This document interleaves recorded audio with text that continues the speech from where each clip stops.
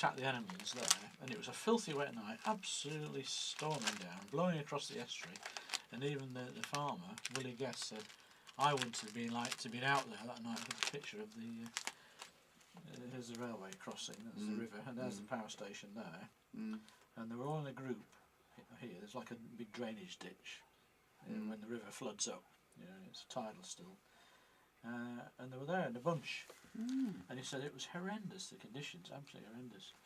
I think that might have some bearing on the fact that the injuries to the sheep were not clinical. A lot of them had got crushed skulls from the top, but one of them, like that poor blighter there, top left, had got a cut right down from the top of its head to its nostril, and it was actually breathing through a hole in the top of its head. They had to shoot it 3 times to put it down. Yeah, the dog, his dog had pulled it apart, but the farmer, Willie Guest, said it was in a neat slot, about a 1/4 inch wide, something like that, from the top to the nose, like a slit. And they couldn't think what could have done that. Oh, perhaps a machete or something. But I mean, they're quite long blades, and and it was just. Well, that one below it. I mean, you can see the injury there to the front of the skull there. Yeah. That injury is typical of the other sheep. Although in that case, the wool is cut away, so you can see the injury. But in the others, you could just sort of press the skull in with your thumb. Soft. And that, of course, is a very hard part of the sheep's skull. So it must have been a heck of a bang that's crushed it. So you had 26, was it 28? And there were lots, what we call the walking wounded. Yeah. There was one dead, but no obvious injury. But the vet says they can get they're very prone to shock. Sheep, and they just drop on like heart attack. And then there was. I went back to see him sometime later, about a year, 10 months later. I was passing him and dropped my daughter down at Cardiff, and he said the final death toll was about 45. So even a lot of the walking wounded hadn't survived. Right. So it was quite a big loss to them. Absolutely. But to imagine in those conditions in the dark, to have a huddling sheep up against the embankment with dogs, and then to use a firearm, shooting randomly, and there's jostling sheep around your legs. Yeah, well, ludicrous, isn't it? Would have been very dangerous for the people handling the weapon anyway. Yeah, that's right. So, you ever tried to catch a sheep on its own in a field? in No case, chance. Jane, the vet, they know what dogs do. They often are called out to dog damage. Yeah. And she said this is not definitely 100% typical of dog damage, because they go for the back of the legs, there's damage on the legs. That's right, and they chase them, They chase them, so they were absolutely confident, weren't they, Robert? It was not the dogs. When I was dealing with those over on the east coast, So you were saying you had a case in Farlingdales? Well, there was plenty up there where there weren't the mutilations, because there's a big Dolby Forest up there, and they're having all sorts of mutilations, and it was happening to cattle, deer, sheep, you name it, even things as small as rabbits and badgers. And but this one day I was on this farm up there, and they'd had several attacks on sheep, the strange attacks, that is, the strange things. And there was one there where the farmer's wife was actually treating a young lamb, and she was injecting it with antibiotics in that. And she said this had been in the same field as where others had been attacked, but it hadn't been killed. But it was very, very strange, because all the hair, the fur, the wool on its head had been singed right back down to its scalp. It was all one sort of hardened, congealed mess, where some intense heat had been on it, and made all the fur do what fur does when it gets sort of, if you was to set it alight, it all singes right back down. Yeah. And they said right back down to its skull. Goodness. And she said she'd never seen anything like this in her life. She said heat, whatever it's called, it's got to be heat that's done that. And I don't know whether it lived eventually, but she was certainly doing her best to keep it alive. This young lamb. But they lost a lot of sheep up over around them Dolly forests, and but there were time and time again there were cases of deer being killed, and as I said before, badgers. There was several badgers. There was rabbits, all mutilated the same way. It was basically going right across the spectrum. of animals, of wild animals and that, you know.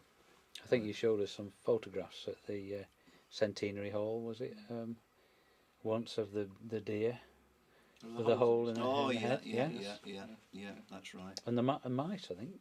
The mice is a very interesting one because the Jason Andrews case, where they're having all the UFO interaction there, they found all these mice lined up dead, and once again lined up neatly next to each other. Now we've got independent people, totally separate, divided by half the country, and they're coming up with exactly the same things.